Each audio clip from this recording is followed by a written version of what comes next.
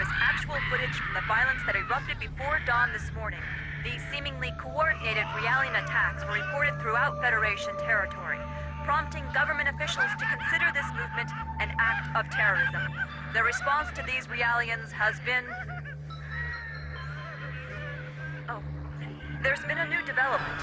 As internal agencies continue to analyze these violent events, a flash action report within the Federation and obtained by this station indicates that only Realian models created within the last 2 years, or those receiving adjustments in the Milshan star system, have been implicated.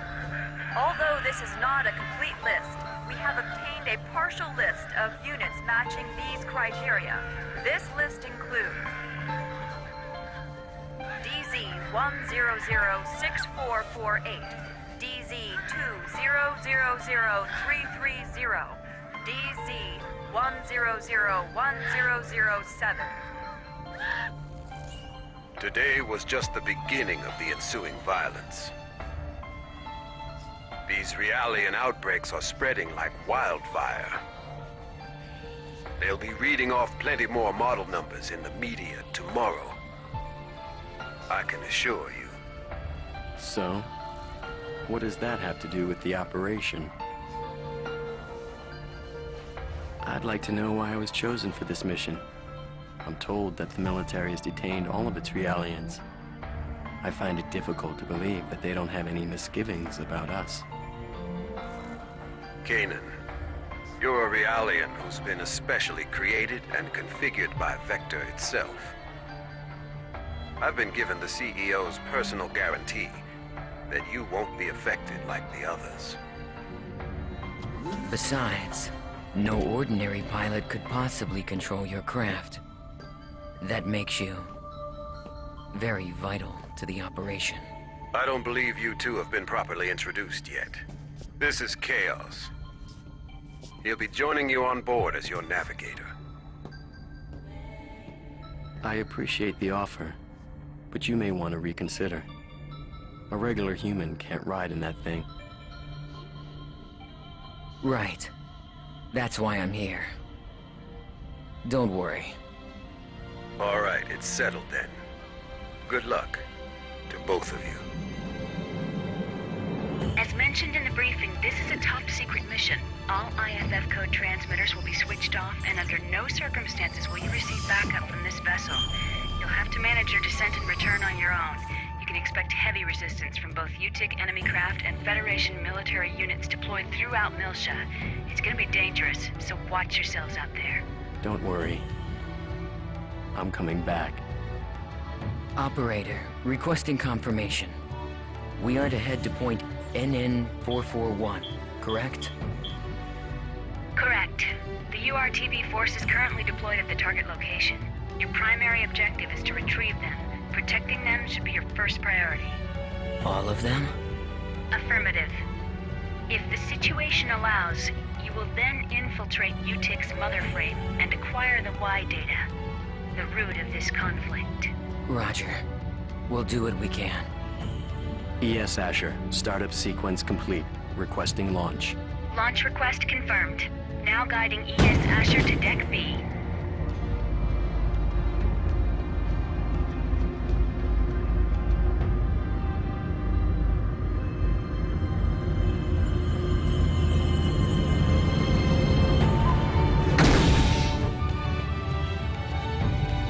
Defensive shields deployed.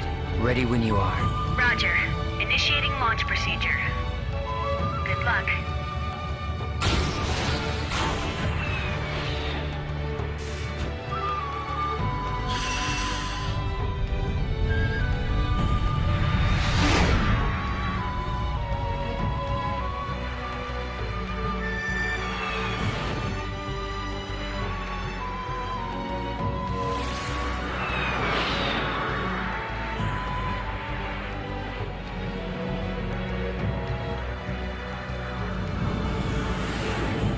Currently passing through the troposphere.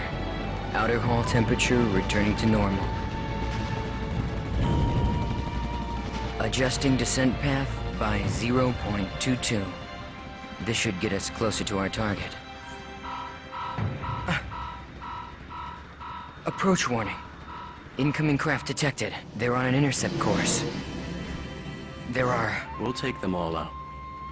Stop counting and take control of the shields. We'll use the shockwave to gain an advantage on them. You've got control of the weapons. Roger. It looks like they're unmanned. With no G-force limit, they can outmaneuver us. They might pull some crazy moves out there, so be careful. It just makes them all the more predictable.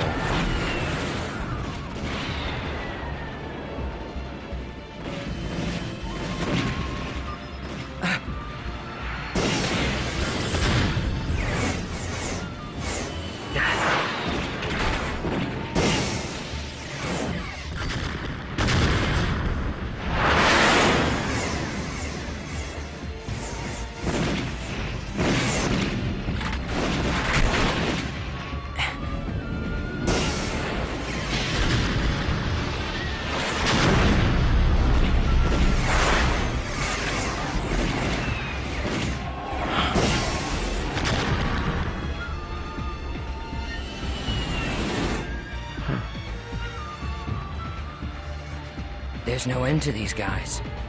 And we don't have much ABR energy left either. Let's find some place to set it down.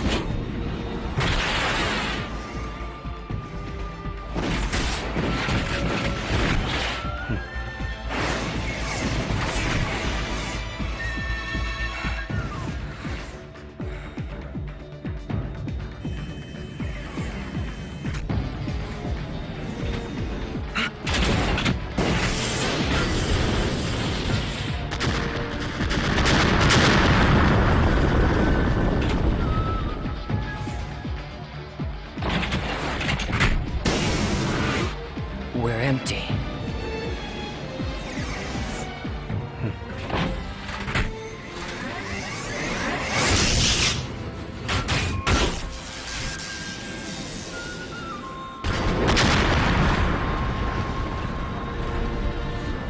All enemies destroyed. It's true. You really are as good as they say. How are you handling the feedback? You know, a normal person would have probably passed out by now. I don't want you jeopardizing the mission. I'm fine.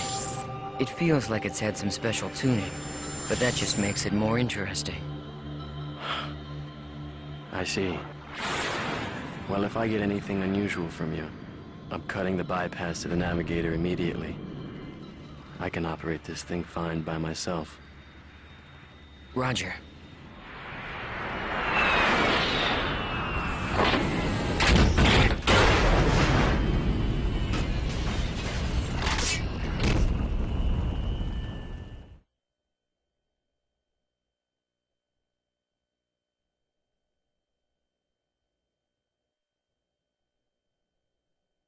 Looks like we're pretty far out from our objective. Plus, I'd say the defensive network we saw on the way down takes out the idea of an airborne approach. We'll go by ground then.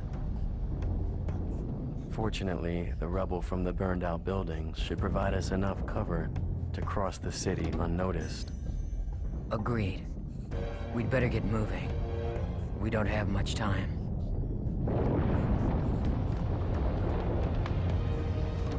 Not much time? Does this have something to do with the URTVs? Those designer children? Mm-hmm, yes. That's right. We need to protect them from the coming crisis. If and when it occurs. You do realize that's a different story from what I heard in my official briefing. No doubt. As the Federation Government Special Forces, the URTVs were sent in ahead of the invasion. I'm sure you understand what they represent in the conflict against the UTIC organization. Right. I understand that they're bioweapons sent in to sever the link between the UTIC's mobile weapons fleet and their source of power, the Zohar. The higher-ups have complete confidence in the URTVs. They are the military's trump card. Unfortunately, the brass are also blind to the potential dangers of the URTVs. Fascinating. I hadn't realized the situation was so desperate.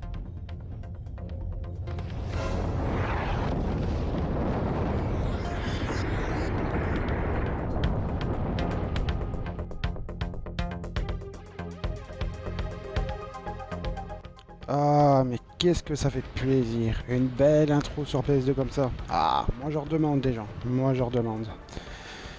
Eh bien, bonjour tout le monde, ici Téméphone. J'espère que vous allez bien. Moi ça va très très bien. Ah, ça fait longtemps, hein, une petite review comme ça. Ah, va falloir s'y remettre. Hein. Ah oui, ça fait vraiment longtemps que j'ai pas tourné de review. Je pense que se remettre dans le bain, ça va pas être une chose aisée, mais bon, hein, on va se remettre. Hein.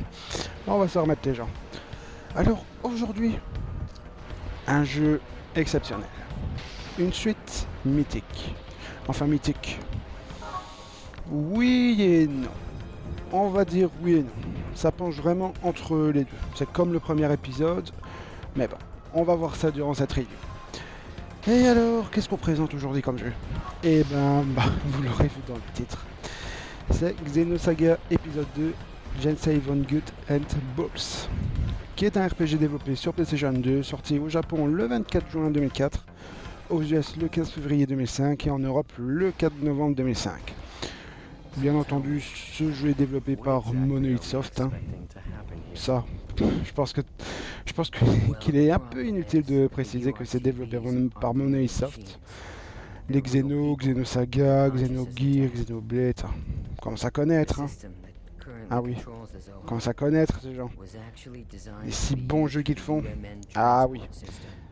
Et bien sûr, édité par Namco. Et oui, genre. Toujours sous la main d'Arada. D'ailleurs, on attend vraiment encore... c'est beaucoup à la demande des fans, mais bon. J'ai envie de dire, moi aussi je suis pour une réédition HD des 3 opus. Ah ouais, moi j'adorerais. Pas une réédition HD de cette saga qu'elle le mérite. Par contre, une réédition HD qui sort, si jamais ça vaut 60 €, je prendrais pas. Parce que pour ma part, les rééditions, tout ça, ça ne doit pas dépasser la trentaine. Enfin, la trentaine. Je veux parler de 39 €, quelque chose comme ça, vous voyez. Mais si c'est vendu au prix fort comme Wind Waker HD à 60 € à sa sortie, pour une réédition, non quoi. Après, c'est peut-être utile pour ceux qui n'ont jamais fait les versions. Et encore. Xenosaga, c'est pas encore trop coté, hein. C'est pas si old que ça. Comment vous dire ça, vous pouvez facilement le trouver sur eBay à 12 €. Pas pour les 3 jeux, mais allez, un épisode à 10 €, 12 €. Voilà quoi. Et donc, Xenosaga. Ah, Xenosaga 2. Est-ce qu'une suite réussite ou une suite ratée? Ah, parler de raté sur Xenosaga, ça pique un petit peu. Mais on va voir ça de toute façon. Hein? On va voir ça les gens. Et ben alors, on va commencer par l'histoire. Oui, désolé, hein, je traîne un petit peu la patte, mais bon. Je me remets dans les reviews. Faut que je me remette dans le bain, donc voilà. Excusez ma prestation un petit peu désolante. Mais bon, je dois me remettre un petit peu dans le bain. Donc c'est un petit peu logique, j'ai envie de dire. Donc bon, c'est un peu plus de 2 ans et demi après la sortie de l'épisode 1 et après de nombreux trailers et pubs en tout genre que sort Xenosaga épisode 2, Gensei von Guts and Balls. Par-delà le bien et le mal. En allemand. C'est en allemand je pense, hein. Ou c'est du latin? Non, c'est de l'allemand je pense, ouais. Cet épisode débute par un flashback sur les événements qui ont eu lieu 14 ans plus tôt sur l'ancienne Miltia. C'est ainsi que Chaos et Kanan sont envoyés en mission par Elmer pour aller sauver les URTV qui sont toujours dans la ville en proie d'étranges incidents. En chemin, ils feront la connaissance d'un certain capitaine Jin Uzuki, qui n'est autre que le frère de Shion et aussi le seul et unique nouveau personnage jouable dans cet épisode, pour précision. Jin, qui est alors en possession de données au contenu inconnu, va s'allier à eux. En route, ils croiseront le chemin du colonel Margulis des forces de Lutic qui croisera alors le fer avec Jean afin de récupérer les données. C'est sur ce combat que se conclura donc ce fameux flashback. Le jeu reprend alors là où s'était arrêté l'épisode 1. Je vous dis, étant donné que le jeu est en format épisodique, est-ce que je vous dis ce qui s'est passé à la fin du premier? Bah écoutez, bouchez-vous les oreilles pendant, je sais pas, 30 secondes, 1 minute, je vais vite résumer un petit peu la fin. Donc bouchez-vous les oreilles à partir de maintenant. À savoir, l'arrivée de l'ESA sur Second Metia, Shion, Cosmos et Allen s'en iront vers les quartiers généraux de la seconde division de Vector Industries, tandis que Ziggy, Junior et Chaos accompagneront Momo au centre de transfert de l'UMN. Pendant ce temps, le cerveau de Lutic organise dans l'ombre ses plans. Bon, voilà, fin du spoil. Fin du spoil, les gens. Voilà, et encore, j'ai essayé de faire un bref résumé. Voilà. Un petit bref résumé pour éviter de trop spoiler la fin du jeu. Donc bon, voilà. Allez, bon, est-ce que je dois vous présenter les personnages? À part G, non, mais je vais les présenter un petit peu dans l'introduction du scénario. Je vous les présente? Non, je pense pas qu'il y ait besoin de les présenter, c'est un format épisodique. Donc qui dit format épisodique, donc si jamais je devais représenter les personnages au cours des derniers événements qu'il y a eu pendant l'épisode 1, ça serait du spoil. Ouais, ça serait du spoil. Non, je vais pas vous les présenter. Leur histoire tout ça, étant donné que le format épisodique, bah voilà, je dirais rien. Pour éviter le spoil, le premier épisode, mais bon. On garde à peu près les mêmes personnages à part Jim. Bon, ça m'évite de faire des grosses lignes sur la présentation des personnages. C'est tant mieux, hein, c'est tant mieux. Ça m'évite de travailler un peu... Enfin, travailler, non, c'est une présentation, mais voilà. Ça m'évite de parler un petit peu pour rien, quoi. Surtout qu'on sait qui sont les personnages. Et puis bon, éviter le spoil, tout ça. Enfin, voilà, faut m'aurez compris, les gens. Bon, on peut toujours parler du système du jeu. Oui, le système du jeu est toujours divisé en 3 parties. Quest Mode, Battle Mode et le menu. Je vais détailler de nouveau pour une piqûre de rappel, ça fait vraiment pas de mal. Alors, pas beaucoup de changements dans le Quest Mode de l'épisode 2. Dans ce mode, on explore toujours les villes, les vaisseaux, les donjons, dans des décors toujours en 3D précalculés. On peut toujours détruire certains éléments du décor, la seule différence que maintenant ils sont détruits à main nue. Eh oui. Prends ton poing, casse la roche, tout va bien. C'est ça, quoi. Ils sont détruits à main nue et non plus via le vaporiseur plugin. Le radar a disparu et dans certains donjons, l'exploration se fera à bord des ES. Il existe alors dans ces donjons des endroits pour pouvoir descendre ou monter dans les ES afin de progresser. On peut toujours changer les 2 personnages que l'on dirige via le menu principal. Ça c'est pas... Allez, comment on va dire ça? Bah, c'est pas nouveau, voilà quoi. C'est pas sur les RPG qui fait ça, donc c'est un peu logique. Les magasins ont également disparu en même temps que l'argent. Et oui les gens. Donc plus de phases d'achat pendant le Quest Mode. Cependant, on peut toujours discuter avec les gens, fouiller les éléments du décor, éviter les ennemis, bref. Ce qui lui fait d'un RPG un RPG, soit. Pour faire les sauvegardes, on a encore recours aux sortes de monolithes dorés. Ce monolithe présente aussi l'intérêt de vous restaurer tous vos PV, tous vos HP et vos épées. Pratique dans certains endroits, Second Metia, Elsa, j'en passe. On peut trouver des monolithes bleus appelés plateaux EVS qui permettent de revisiter les anciens donjons. Bon, les contrôles. Je dois encore vous parler des contrôles pour un RPG? Bon, allez. Allez, on va repréciser. Bon, le stick analogique gauche et la croix de direction, c'est pour faire courir le personnage ou pour le déplacer, tout simplement. Le bouton rond, confirmer, parler ou fouiller. Le bouton croix, annuler, revenir en arrière. Le bouton triangle, ouvrir le menu, passer les cinématiques pendant la pause. Bouton carré, détruire les éléments du décor. Bouton L1, R1, changer de cible. Stick analogique gauche et droit de direction, plus R2, faire marcher le personnage. Bouton start, bah, à votre avis, la pause. Voilà. Et on peut faire une pause pendant les cinématiques. Voilà. Bon, qu'est-ce que je peux parler d'abord? Bah, la destruction du décor, pardon. Puisqu'on est dans le Quest Mode, autant parler du Quest Mode. Du Quest Mode, pardon. Alors, toujours en pressant le bouton carré devant certains éléments du décor marqués d'une cible, on peut détruire les objets ou les éléments du décor. Pour cela, le personnage réalise une attaque. Au passage, chaque personnage possède 3 attaques différentes qui leur sont propres. On peut aussi détruire des structures avec les ES. Dans le cas où plusieurs cibles se présentent devant le personnage, on peut sélectionner la cible et la détruire à l'aide des boutons L1 et R1. Les monstres sont toujours visibles à l'écran aussi. Il est donc toujours possible de les éviter ou de les affronter. Bon, bien que la plupart du temps, on est obligé de les affronter, en soi. Lorsqu'un ennemi vous repère, l'écran émet des flashs rouges et le signal Warning apparaît sur l'écran. On peut aussi détruire certains éléments du décor afin de les paralyser et de commencer le combat avec un avantage. Stock en bonus ou de boost, un peu comme le dernier épisode, hein, voilà. Rien ne change de ce côté-là. En ES, le système est identique et les possibilités de même. Attendez juste 2 minutes. Ah, voilà. Les gens. Excusez-moi pour cette petite interruption. Bon, voilà, j'ai un peu fini de parler du Quest Mode, hein, voilà. Pas vraiment beaucoup de nouveautés dans ce système-là, et puis bon. C'est une recette qui a bien réussi dans le premier épisode, donc voilà. Des petites nouveautés par-ci par-là. Pas beaucoup, mais bon, voilà. Ça réussit bien, donc c'est bien. Donc, parlons du Battle Mode qui, nouveauté, possède 2 systèmes très bien distincts. Commençons par le combat à pied.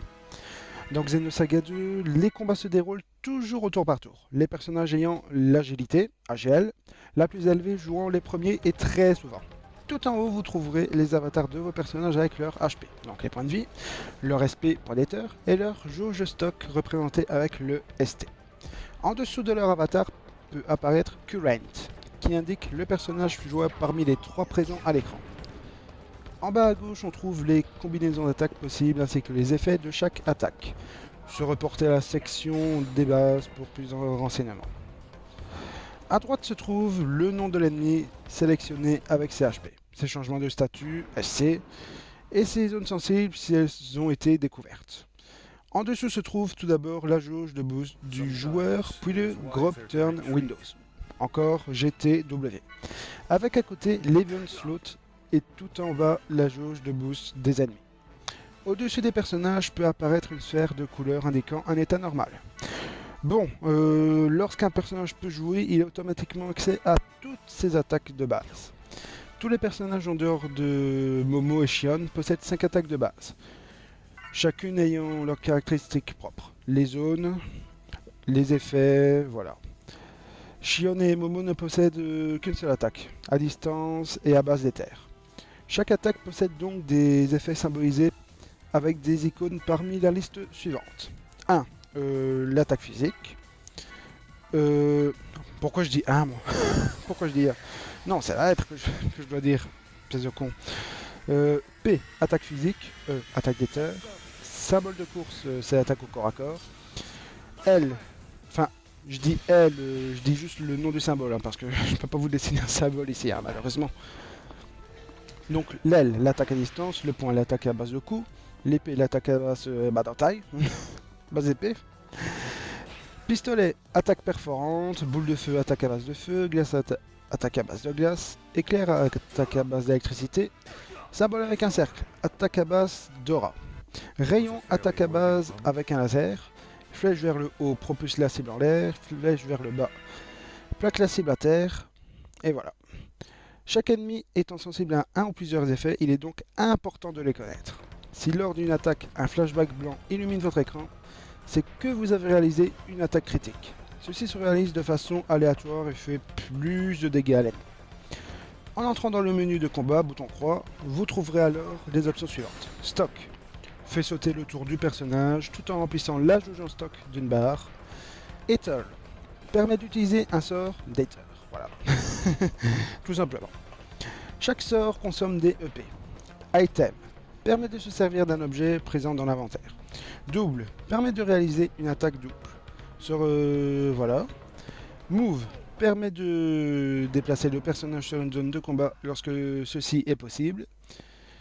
Et enfin, puis en pressant gauche ou droite à partir de ce menu, vous trouverez Change permet de remplacer le personnage par un autre parmi ceux encore disponibles. Escape permet de s'échapper du combat seulement avec Shion et Momo. Et Spécial permet de déclencher une attaque spéciale seulement avec Cosmos. Qu'est-ce que je peux vous dire maintenant? Les états anormaux, oui.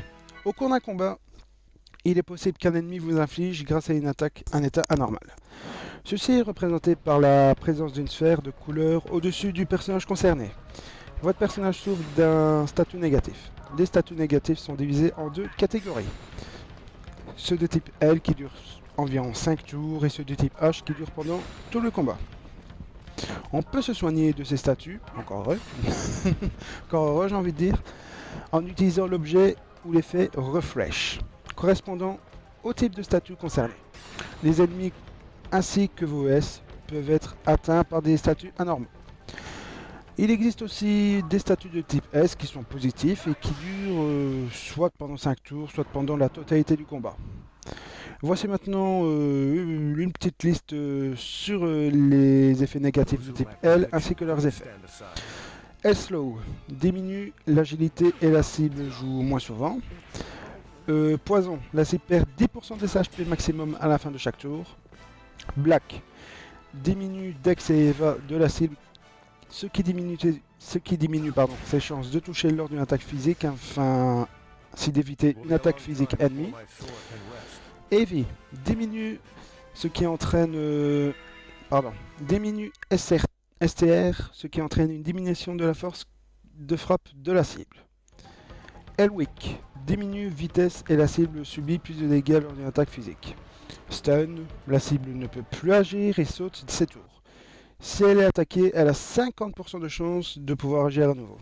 Etol PD.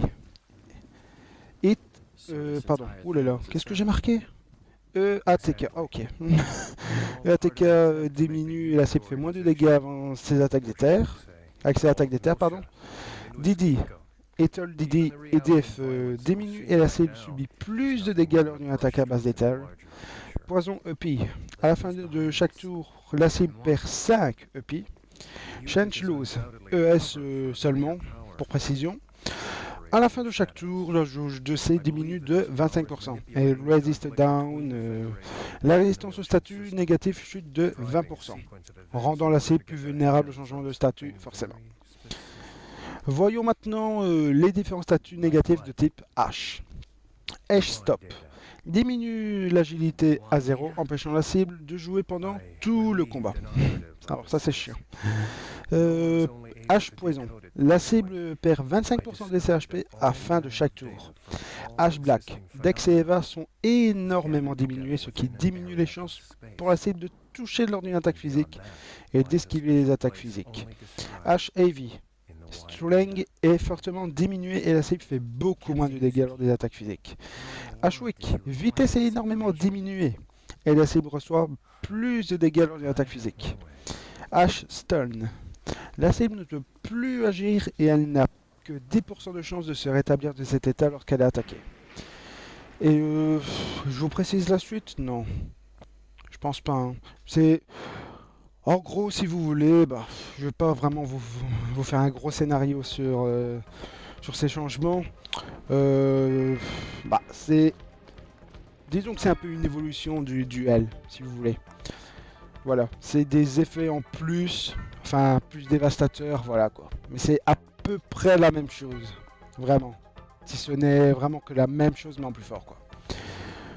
Alors, nouveauté, les breaks. C'est l'une des clés du nouveau système de combat. Les breaks reposent sur le principe de zone sensible des ennemis. En fonction de l'attaque réalisée sur l'ennemi, on touche différentes zones. Cependant, chaque ennemi possède des zones sensibles qui, si elles sont touchées dans le bon ordre, déclenchent un break. Par exemple, prenons un soldat de Lyotic. Ces zones sensibles sont B-C. Si on l'attaque en faisant carré triangle, on réalise alors un break. Il faut savoir que les ennemis plus puissants, tels que les boss, possèdent jusqu'à 4 zones sensibles qu'il faut enchaîner en faisant des combos. Bon, c'est bien de dire ça, mais quel est l'intérêt de faire un break? Tout d'abord, on fait 1,5 fois plus de dégâts par la suite si on enchaîne l'ennemi en faisant un combo. Mais surtout, on peut propulser l'ennemi dans les airs ou le plaquer à terre en fonction du personnage qu'il attaque à l'aide du bouton rond. Ainsi, Jin et Cosmos projettent les ennemis en l'air tandis que Ziggy et Chaos les plaquent à terre. Ceci a pour effet de multiplier les dégâts qui suivent par 2. Ah, ça, bel aspect tactique les gens, bel aspect tactique. Donc il devient très vital de comprendre et de gérer ce nouveau système de brick, ainsi que celui des combos avec les boosts, et voilà. Vraiment, tout un bon système à gérer de ce côté-là, là on est d'accord. Donc vous assemblez ceci avec tous les systèmes déjà connus dans le combat, et voilà, vous faites vraiment mais un ensemble. Et vraiment, avec ça, vous pouvez faire des effets mais dévastateurs. Ça, je vous le promets, les gens. Alors, les stocks. On va parler de ça 2 minutes. Lorsque vous utilisez la commande stock, accédez bien le menu en pressant la touche croix. Votre personnage passe son tour et augmente d'une unité sa jauge de stock. Vos personnages peuvent ainsi disposer d'un maximum de 3 stocks et les stocks ne se reportent pas d'un combat à l'autre. Les stocks, comme leur nom le laisse supposer, permettent de stocker un tour, voilà. Voilà, tout simplement. En effet, si votre personnage dispose un stock, ce qui signifie qu'il a stocké une fois, après qu'il ait effectué son attaque de base, à savoir soit une attaque avec rond ou un enchaînement avec carré et triangle, il peut effectuer une attaque supplémentaire aussitôt à la suite via le bouton rond. Donc grâce au stock, votre personnage peut réaliser des combos dévastateurs ainsi que des breaks en un seul tour. Le nombre d'attaques supplémentaires est proportionnel au nombre de stocks dont dispose le personnage. Il existe un autre moyen d'acquérir des stocks de façon un peu plus aléatoire qu'avec la commande de menu. En effet, lorsque votre personnage, avec son attaque de base, réalise un break, il peut arriver qu'il obtienne un stock en bonus. 2 choix s'offrent à vous. Soit vous décidez de vous en servir directement en pressant le bouton rond, soit vous décidez de le mettre de côté pour la suite du combat en pressant rapidement croix afin de le stopper l'enchaînement. Alors, parlons du boss. Mais d'abord, je vais faire une toute petite pause, je reviens les gars. Alors les gens, désolé pour cette petite interruption. Alors, oui, on parlait de quoi? Ah oui.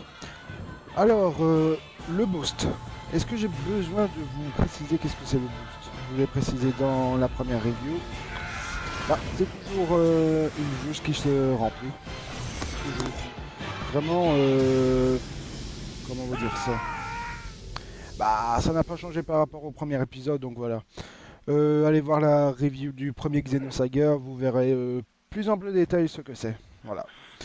Et qu'est-ce qu'on a toujours? L'event slot. Alors l'event slot c'est toujours la roulette qui est présente de ce nouvel épisode avec quelques petits ajouts. Alors elle est toujours valable pour les ennemis comme pour vous, donc attention. Elle dispose de 4 phases dont une variable de 4 façons différentes. CTC, 50% de chances en plus de réaliser un coup critique. BST, remplissage plus important de la chose de boost. SKL, si un ennemi est battu dans ce tour, les skills points seront multipliés.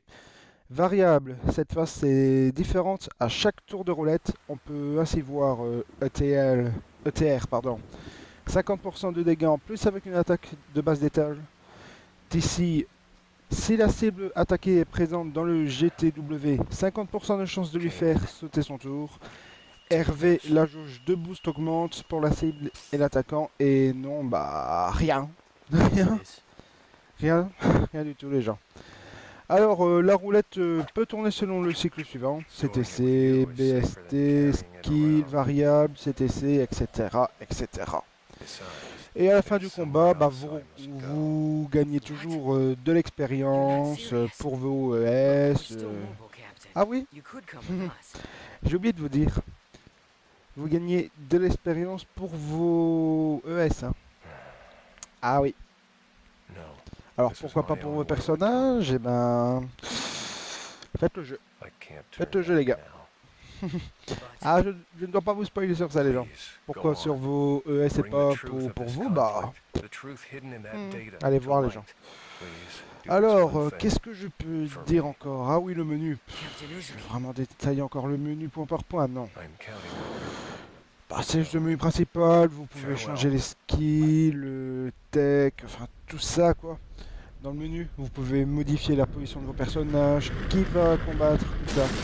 On sait très bien qu'il y a 2 menus bien distincts, tout ça. Voilà.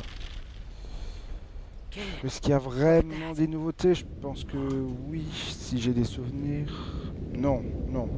À part que, allez, il y a 2 menus bien distincts pour vos personnages et pour vos OS, mais sinon il n'y a vraiment pas que... Il n'y a pas de nouveauté. Bon. Qu'est-ce que je peux dire maintenant? Oui, j'ai tout présenté maintenant. Enfin, à part le menu, mais bon. Ça a été déjà présenté dans le premier épisode, donc je vais pas vous faire encore un monologue sur ça. Je pense que c'est d'une part logique, voilà.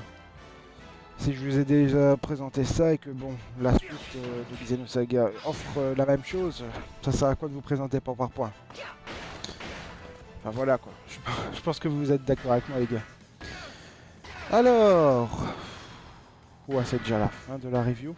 Je pensais pas vous présenter un jeu aussi grand. Allez, en si peu de temps. Pourquoi pas, hein. C'est pas la durée qui compte, mais plutôt la qualité, j'ai envie de dire. Enfin, la qualité. La qualité avec moi. Lol. La qualité avec moi. Mon dieu.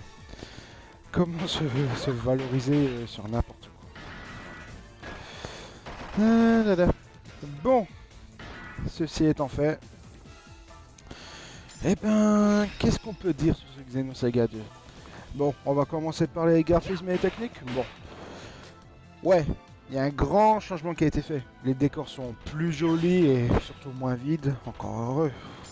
Moins vides. T'avais l'impression dans Xenosaga 1 de te balader dans des complexes spatiaux. Enfin, spatiaux, oui, d'une part c'est logique. Vu là où tu commences, vu l'histoire, vu la suite spirituelle de Xenogears, c'est un peu logique. Le complexe spatial, on est bien d'accord. Mais ça se ressemblait tellement les couloirs. Ça paraissait tellement vide. Oh là là. Ah oui. Ah oui, c'était décevant. Oh, décevant. Ouais, vraiment, ils ont fait un grand changement ici. Et c'est beaucoup moins vide. Il y a plus de détails. Les persos sont plus beaux. Les personnages ont vraiment soumis un lifting qui les rend au moins... oh, comment je vais vous dire ça? Moins poupée. Oui, moins poupée. Oui, poupée, hein, désolé, mais quand tu vois les personnages, comment c'était... Oh, les gros yeux qu'ils avaient, c'était mais juste dégueulasse. Enfin, dégueulasse, non, le mot est fort, mais... On avait un peu du mal à voir ce que c'était. Hein.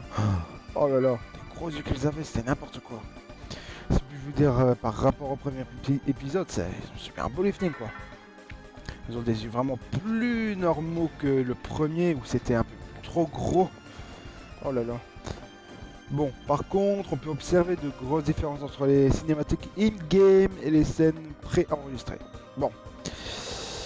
Que puis-je dire pour détailler ceci? Eh ben, disons que... Comment vous dire ça? En cinématique préenregistrée, ils ont droit à une mise en scène vraiment très bonne. Il y a un esthétique rarement vu sur PS2 à l'époque où ce jeu est sorti. Vraiment, les animations dans ces scènes préenregistrées, c'est vraiment très bien fait. Très bien fait les gens. Vraiment, ils ont bien bossé leur sujet, ils ont corrigé pas mal de défauts par rapport au premier épisode. Ah oui, ils ont vraiment bien géré ce côté-là. Bon, par contre, le point qui fâche, forcément. Bah, par contre, en scène cinématique in-game, je sais pas. Ils sont un peu bizarres dans leur animation, les personnages. Les animations faciales sont vraiment bien exagérées. Ça prend pas une seconde par moment. Et c'est dommage. Pour l'épicness qu'offre ce jeu par rapport au scénario et tout le reste, c'est dommage.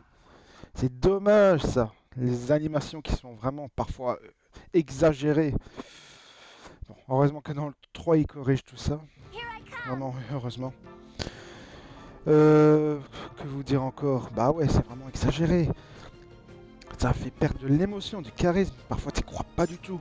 C'est dommage. Ça c'est un... Excusez-moi, je vais dire... c'est peut-être un détail pour vous. Mais quand, je sais pas, quelqu'un lève juste trop ses yeux en l'air pour rien du tout, pour une cinématique épique, mais t'y crois pas une seconde. C'est dommage ça. Pourquoi Pourquoi vouloir trop bien faire justement dans les faciès des personnages? Pourquoi les gens? Pourquoi vous avez fait ça? Ah, c'est dommage les gars. Ah oui, vraiment c'est... Après pour vous ça sera qu'un détail, mais moi je me mets à la place du personnage, je n'attrape pas les yeux comme il fait, ou bouger les membres comme il fait quoi. Des membres de corps parfois angulaires avec de mauvaises animations, alors ça c'est moche quoi. Je suis désolé les gars, on pourra dire ce qu'on veut, Xenosaga c'est un grand jeu, ils ont subi un beau lifting les personnages, tout ce que tu veux, mais ils ont vraiment exagéré sur certains points et ils ont mal géré aussi. C'est pas parfait les gars, c'est pas parfait.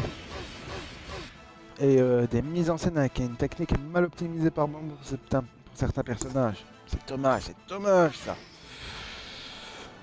Ah oui, c'est vraiment dommage ça. Point négatif ça. Désolé, je vais mettre ça en point négatif. Je suis bien obligé les gars. Ah c'est dommage. Ah, ça me fait du mal de dire ça pour un lifting qu'ils ont vraiment bien bossé, tout ce que tu veux, mais il y a encore il y a vraiment encore du boulot à faire, alors beaucoup de boulot à faire. Mais par rapport au premier épisode, il y a eu de l'évolution. Donc vraiment de ce côté-là, on ne peut pas cracher. Il y a eu une grosse marge d'évolution, donc on va pas cracher là-dessus. Il y a eu de l'effort. Bon, voilà pour la technique et les graphismes. Le scénario. Ah, le scénario. Bon, c'est mieux que le 1. C'est mieux que le 1. Mais, il y a un mais. Je suis à moitié satisfait de ce scénario. Parce que, si vous voulez, Xenosaga 2, le scénario est axé sur les UL TV. Mais même vraiment beaucoup trop axé dessus. On n'a vraiment aucune alternative par rapport à ça. On n'a aucun relâchement. C'est chiant. C'est chiant. Alors que tu as certains passages qui sont épiques. Là, je suis bien d'accord. Xenosaga 2 a un scénario vraiment épique. Et on aimerait lâcher ça, la grappe au bout d'un moment. Surtout que l'URTV. C'est important, d'accord. Forcément, c'est le scénario principal. Et on est d'accord. Mais on aimerait avoir des stand-back par moment. Lâche un petit peu la grappe. Par moment, tu ne suis plus. Tu ne suis vraiment plus par moment. On aimerait avoir plein de révélations. Plein de révélations sur d'autres choses. Des choses autres que ce point. Un espace libre pour s'intéresser à autre chose. Ne serait-ce que pas beaucoup, mais qui mérite le coup d'œil. Mais non. Mais non. Ah, mais c'est dommage ça. C'est dommage. On pourrait avoir des révélations sur des choses autres que ces URTV. Mais on n'a pas assez de révélations sur les autres personnages, sur d'autres complexes, sur d'autres tests qu'on se pose sur le scénario. Mais c'est dommage ça, c'est dommage. Car en dehors de ces URTV, le complot présent dans le jeu n'évolue pas beaucoup. Mais bon, un bon point d'un côté car les mystères peuvent être mis en rigueur. On est vraiment centré sur qu'un seul point et on se dit mais qu'est-ce qui se trame par ailleurs hors de ce URTV?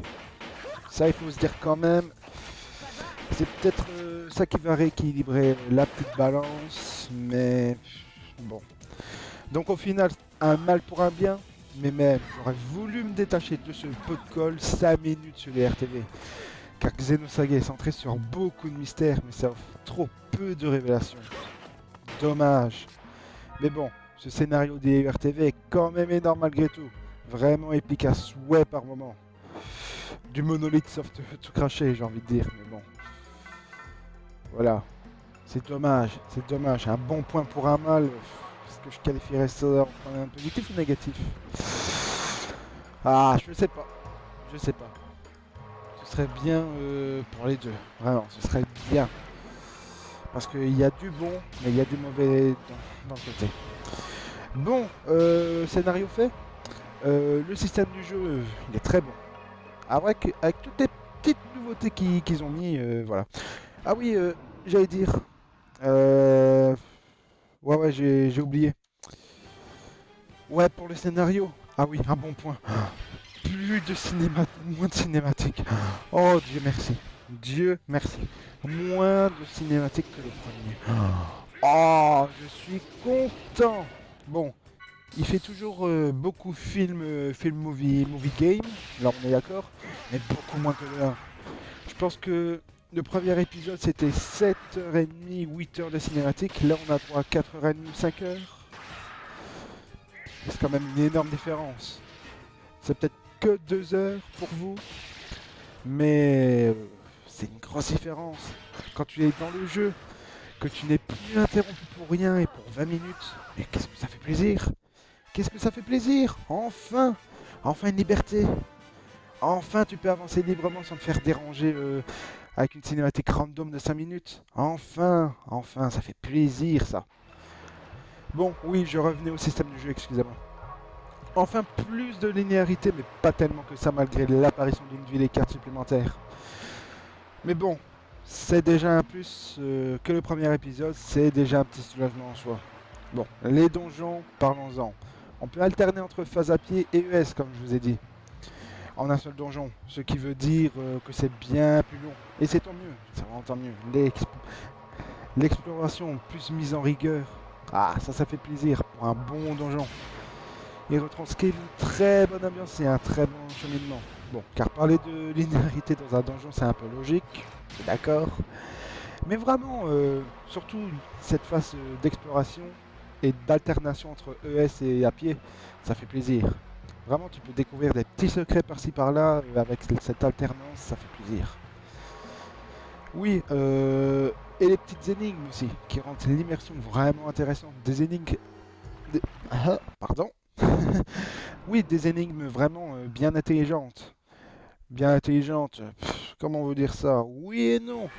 Bon, forcément au début on va pas te mettre une énigme de fou, hein. On va plutôt t'introduire ce système d'énigmes.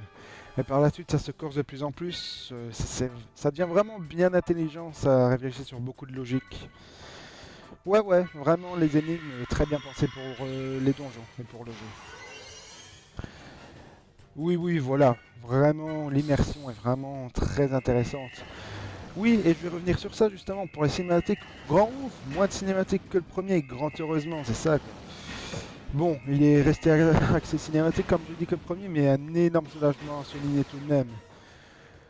Ah, vaut mieux, c'est vraiment bien de se balader durant 2-3 heures, tu vois, sans être coupé par une cinématique de 20 minutes. Enfin, 2-3 heures, ça me paraît un peu long à prendre comme exemple, mais allez, disons 2 heures, que j'ai pas au moins 4-5 cinématiques qui durent pendant ce délai, ça fait plaisir quoi. Là je peux vraiment me sentir bien libéré, pas suivre une trace lignée avec les cinématiques, ça fait plaisir. Enfin une meilleure linéarité que le premier.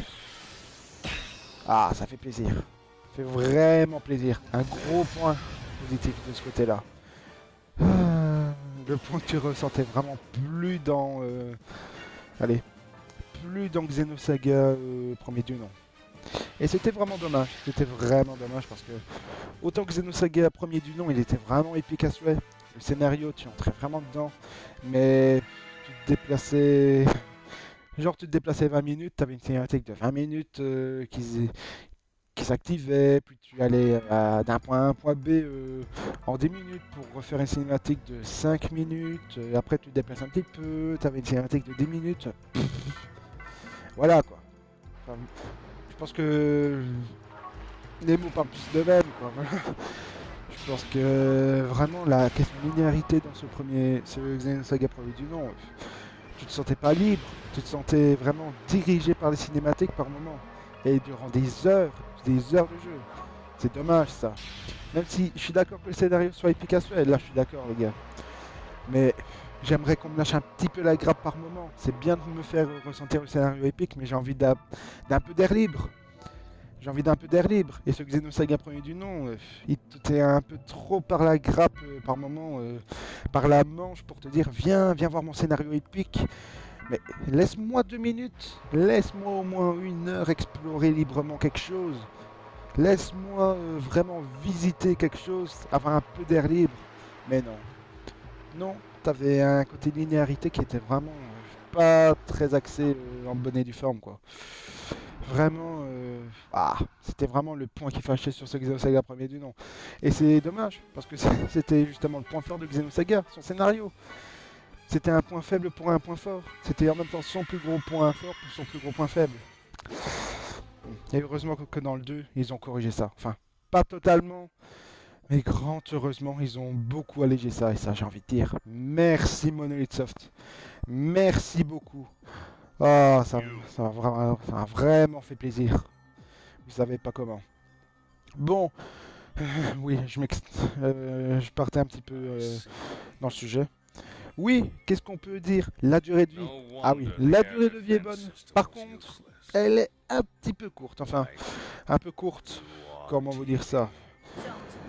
Comptez une petite vingtaine d'heures en ligne droite pour arriver à la fin du jeu et une petite cinquantaine d'heures pour arriver à tout finir. Vingtaine d'heures pour son époque sur PS2, c'est peut-être un petit peu court, mais bon, surtout qu'il y a beaucoup de cinématiques. Au final, tu fais du gameplay de 14h, 15h pour au moins 5 heures de cinématique.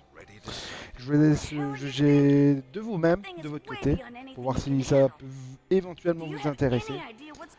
Si vous avez vraiment pas peur du film game, hein. Excusez-moi de dire ça, hein, mais pour moi Xenosaga 2 c'est un jeu film, toujours. Ils ont beau avoir allégé ce côté cinématique, pour ma part, ils ont, comment on va dire, super. Pour ma part c'est toujours un film game. Bon, peut-être que 15 heures de gameplay et 5 heures de cinématique, pour vous c'est beaucoup de gameplay par rapport au cinématique, d'accord. Mais il faut se ressentir in-game pour ressentir ce côté movie game. À dire comme ça, vous ne me croirez sûrement pas, même si c'est menteur en disant « Ah non, mais tu dis 15 heures de gameplay, donc c'est pas un film game.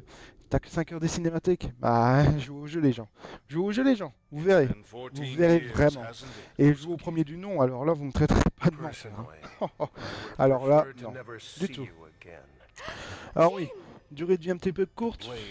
Ouais, un petit peu, mais ça va. C'est une bonne longueur. Et surtout pour tout récupérer, comptez au moins la moitié du temps de jeu. Voilà. Tout récupérer à 100% pour tout compléter, voilà.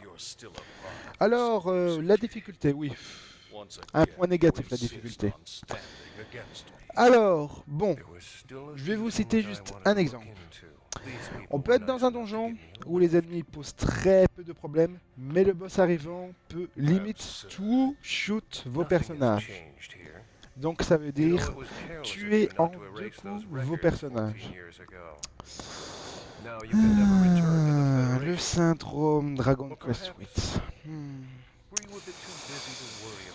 Enfin non, c'est pas autant évolué que Dragon Quest 8, et encore heureux j'ai envie de dire.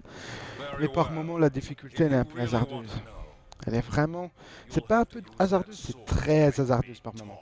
Bon après, vous allez sûrement me dire ah mais t'es casual, t'es pas arrivé à un boss, voilà, paf, difficulté un point négatif. Mais non les gens, excusez-moi. Du moment où j'arrive à vraiment bien gérer les ennemis, là ok. Du moment que j'arrive à bien gérer les ennemis dans la grotte, ok. Mais que je me fasse tout shoot, c'est-à-dire tuer parfois en 2 coups par un boss, pour le boss du donjon, alors que je gérais formidablement bien les ennemis. Mais non, qu'il te laisse un petit peu le temps d'établir une petite stratégie contre lui, et pas directement te tuer en 2 coups tes personnages. C'est ridicule. Mais c'est ridicule ça. C'est n'importe quoi. Mais laisse-moi le temps d'établir ma stratégie. Tu es un boss. Tu dois me laisser le temps de réfléchir à quelle action je pourrais faire face à toi. Et c'est pas en me tuant en 2 coups mes personnages et en spammant les résurrections, tout ça, que ça va aller. Comment tu veux réfléchir à une stratégie potable avec ça? C'est n'importe quoi. On est d'accord les gens? C'est vraiment n'importe quoi dans ce cas-là. Bon, voilà vraiment pour la difficulté, elle est parfois vraiment hasardeuse, c'est n'importe quoi. Oui, je disais le syndrome de Dragon Quest 8. Je vais vous raconter un petit truc sur Dragon Quest 8. Bon, 36 Case My Life, HS, tout ce que vous voulez. De toute façon, c'est ma review. Alors, oui, Dragon Quest 8, bon. je vais vous faire la review de ce jeu très très prochainement. Mais vous attendez pas que je sois de gaieté de cœur à vous la présenter. Hein. Oh là là. Vraiment. Je suis d'accord que vous appréciez Dragon Quest 8. Là, je n'y aucunement. Enfin bon, je vais pas me répéter 1000 fois, dire oh, c'est ton avis, je respecte. Non. Bon, ça je pense que tout le monde l'a un petit peu compris de son côté, ça. Et Dragon Quest 8, bah qu'est-ce qu'il fait? Bah, disons qu'il a un syndrome vraiment très mauvais. C'est la difficulté, mais qui est hyper hasardeuse. C'est n'importe quoi. Je me souviens sur les vieux disques de démo sur PS2, les disques bleus là. Je sais pas si vous vous souvenez dans les commentaires. D'ailleurs, vous pouvez lire dans les commentaires hein, votre souvenir avec les disques bleus sur PS2, les disques de démo. Ah, souvenir quand tu nous tiens. Et Dragon Quest 8 était en démo. Il y avait 2 démos. Il y avait le début du jeu et il y avait un moment tout random du jeu avec des personnages environ level 20 ou quelque chose comme ça. Et bon, c'était limité à 1 heure je pense. Ouais, c'était environ limité à 1 heure. Et bon, déjà, tu devais rester au moins 20 minutes dans le village. Donc ça te réduisait considérablement le temps. Non, c'était même 30 minutes dans le village, c'était n'importe quoi. Enfin bon, si t'as envie de profiter du début de l'histoire du jeu, c'est tant mieux d'un côté. De toute façon, t'as aussi une démo offerte avec un open world directement le gameplay du jeu, donc bon, on va pas cracher dessus quoi. Et tu arrives dans ce premier donjon dans Dragon Quest 8. Et qu'est-ce qui y arrive? Eh ben, tu gères les ennemis qui sont sur la world map. Tu te fais défoncer par les ennemis. Ah, excusez-moi. J'ai vu quelque chose. J'ai cru que quelqu'un était en train de frapper à ma porte, mais non. C'est pas ça. C'est pas ça. Je suis tranquille. Et oui, tu gérais les ennemis sur la world map, mais par contre les ennemis dans la grotte, mais ils te défonçaient. Ils te défonçaient, mais vraiment un truc de malade. Et voilà. Je vais. Voilà. Oui, je retire un petit peu le casque de ma bouche, désolé. Et comment vous dire ça? Et les ennemis dans la grotte, mais ils te défonçaient, mais n'importe quoi. Donc, avec le temps de la démo, et ben, comment vous dire ça? Pour vraiment level up comme il faut, et ben, il fallait vraiment prier pour que tu tombes face au boss de la grotte. Et si jamais tu gérais les ennemis de la grotte, et ben tu arrivais devant le boss et il te disait coucou et il te butait en 2-3 coups. Mais what the fuck? C'est pas tellement le côté difficulté hasardeuse qui me dérange. Enfin si, c'est vraiment ça qui me dérange. Mais c'est surtout aussi du côté, bah, excusez-moi, je suis dans le premier donjon du jeu. Pourquoi vous me forcez à level up en plusieurs segments? C'est quoi ce bordel? Enfin bon. Voilà, je suis dans une review de Xenosaga, j'arrive à m'extasier sur Dragon Quest 8. Enfin bon, vous verrez ça plutôt à la review de Dragon Quest 8, voilà. Si vous espérez voir des éloges par rapport à ce jeu, bah c'est raté. Voilà, je pose la marque directement, je pose directement le ton, je pose directement le ton, hein, voilà. Et si vous vous attendez vraiment à des éloges sur Dragon Quest 8, bah... faut pas vous y attendre, hein. Faut vraiment pas vous y attendre, les gars. Ah oui. Voilà, je pose le ton. Donc, vous savez déjà quoi vous préparer pour cette fameuse review de Dragon Quest 8. Alors, Xenosaga 2. Que penser? Alors, qu'est-ce qu'on pourrait dire? Eh ben, vraiment, une évolution. Forcément, c'est le deuxième épisode, d'un côté vous allez me dire. Mais une évolution a vraiment été faite par rapport au premier épisode. Moins de cinématiques. Ouf, j'ai envie de dire. Cette linéarité, ce moment qu'on te prenait par la main, c'était juste, mais n'importe quoi. Oh, bon, d'un côté, pour t'introduire au scénario, il n'y a rien de mieux. Je suis d'accord. Mais trop de cinématiques, tu les cinématiques, là je suis désolé. Et cet épisode 2, mais il t'arrange ça. Oh, mais merci les gars. Et merci les gars, je suis super content. On a enfin ce sentiment qui est vraiment, mais... Ah, je suis content que je me balade et que j'ai plus une cinématique random de, je sais pas, 20 minutes, 15 minutes. Voilà. Et on peut passer les cinématiques dans le jeu. Bon, je vous le conseille pas d'un côté parce que le scénario épique qu'offre ce jeu, bah... Faut pas passer les cinématiques. Voilà, ça c'est un conseil tout de même que je préfère vous conseiller, hein, forcément. Mais voilà quoi. Ah mais... Oh le con, mais... Autant le premier Xenosaga, j'étais sublimé par les OST, ici je les cite même pas, bah bravo. Alors d'un côté on a Yuki Kajiura qui s'est occupé des musiques accompagnant les scènes cinématiques et Shinji Ozoe qui fait les musiques in-game. Voilà. Bon, petite anecdote, Shinji Ozoe il a juste composé des musiques de jeux d'arcade tandis que Yuki Kajiura a déjà fait ses preuves dans le monde de l'animation japonaise. Voilà. Bon,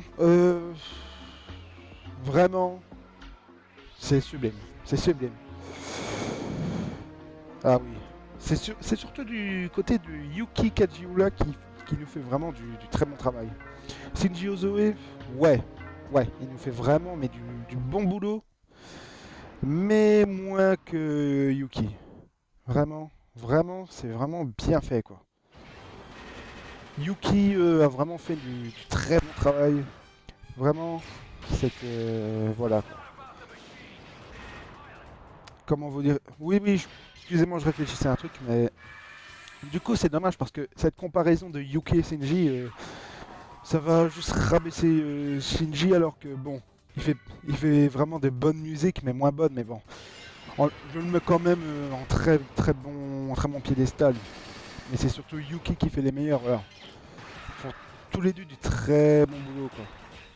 Vraiment, font vraiment du très bon boulot tous les deux. C'est surtout les musiques de combat qui sont vraiment très bonnes. Vraiment très bien. Il y a aussi pour les scènes. Oui, il y a aussi pour les scènes qui sont vraiment... Mais du coup, avec l'ambiance, le scénario, tout ça, le charisme des personnages, ouais. Quand ils n'exagèrent pas sur la faciès, et bah oui, vraiment, ça rend vraiment bien. Cette ambiance. Enfin non, vous savez, il y a une comparaison entre c'est pas la même chose musique et ambiance, voilà. Mais l'ambiance de la cinématique, la mise en scène, tout ça, c'est très bon. Mais la musique qui accompagne le tout, ça rend vraiment le tout épique par moment. Vraiment. On est sur du pur Xenosaga. Et là, je comprends que c'est... Waouh. On fait vraiment du très bon boulot. Ils ont fait vraiment du très bon boulot de ce côté-là, voilà. Bon, Shinji... Voilà. Ces thèmes sont souvent répétitifs et très synthétiques. Ces compositions accompagnant cinématiques in-game sont vraiment... Comment vous dire ça? Je vais pas dire un mauvais mot, mais c'est pas ça quoi. Parfois tu ressens vraiment pas... t'es vraiment pas dans l'ambiance par moment. Donc Shinji au tapis... Enfin non, pas Shinji au tapis, non c'est méchant ça. On préfère Yuki, la bonne petite Yuki qui fait vraiment du très bon travail, du très bon staff de ce côté-là. Shinji aussi sa cote, mais beaucoup moins, voilà. Le mot sur les OST dit, que dire de ce jeu? Bah, une bonne suite, une très bonne suite. On te reprend moins par la main, encore heureusement. Le gameplay a été amélioré, pas beaucoup, mais bon, ça on s'en fout d'un côté, hein. Là on est bien d'accord les gens. Et comment vous dire ça? Bah voilà, vraiment, ils ont fait une très bonne suite. Il y a du mieux à faire. Ils ont essayé d'arranger quelques petites choses par-ci par-là. Surtout dans le lifting des personnages. Bon, mais vraiment exagéré par moment. Tu ressens pas le charisme des personnages par moment et ça c'est dommage, Et voilà, vraiment côté graphisme, on a vraiment fait du bon boulot. Il y a du mieux, mais bon, voilà quoi. La technique, vraiment bonne. Bon, il y a du mieux aussi, mais voilà. Ils ont vraiment bien regroupé leurs sujets, les défauts du premier. Ils ont parfois fait fausse route sur certains points que j'ai déjà cités, mais ils ont vraiment fait du très bon point par rapport à d'autres. Et c'est tant mieux. Alors voilà, note personnelle. On va mettre un 16 sur 20. Un bon 16 sur 20? Oui, oui. Oui, oui, voilà. Un bon 16 sur 20 pour un bon jeu comme ça, oui. À voir pour le 3, je pense que la note va vite augmenter. Ah oui, je vous le dis direct. Alsos Plague Zalatustora, il a vraiment fait... Ah ouais. Je pense qu'il a corrigé limite tous les défauts que les anciens Xenosaga possédaient. Mais quand je dis limite tous les défauts, c'est vraiment... ce n'est tous les défauts. Mais on verra ça pour la review de Xenosaga 3. Et petite annonce pour Xenosaga 3. En review, je vous ferai le final boss plus ending. Histoire de conclure la saga des Xenosaga en beauté. Voilà, voilà. Alors, je vous dis à bientôt. Merci d'avoir regardé cette review, les gens. Petit mot personnel. D'ailleurs, excusez-moi, je me tais un petit peu. Je viens de me réveiller pour tout vous dire. J'avais coupé la review en deux parce que hier, comment vous dire, j'étais pas vraiment motivé pour faire cette review. Il y avait vraiment beaucoup de choses à présenter. J'avais vraiment tout écrit, tous les points que j'avais déjà énoncés en plus pour Xenosaga 1. Je vois pas où j'aurais dû repréciser tous ces points. Alors que c'était bien présent dans le 1, que ça n'a pas changé en plus. Pourquoi est-ce qu'il faut repréciser ça? Je sais pas. Je sais pas. Va vouloir bien faire peut-être? Je sais pas. Enfin voilà. Alors, bah oui, voilà. Bonne soirée tout le monde, bonne journée, je sais pas, voilà. Moi personnellement je suis en vacances, je suis en petit arrêt maladie, donc je profite de faire des petites reviews de mon côté. Voilà, tout bénef. Et après cette review, on verra pour couper les séries de reviews de Xenosaga par Final Fantasy V. Allez, bisous tout le monde, c'était Ultima Weapon, ciao, bye bye les gens. Merci d'avoir regardé cette vidéo, n'hésitez pas à partager, liker... Non. On n'est pas dans cette politique là les gens, on n'est pas dans cette politique là. Allez, bien le bonsoir tout le monde, bien bonne soirée, ciao, bye bye.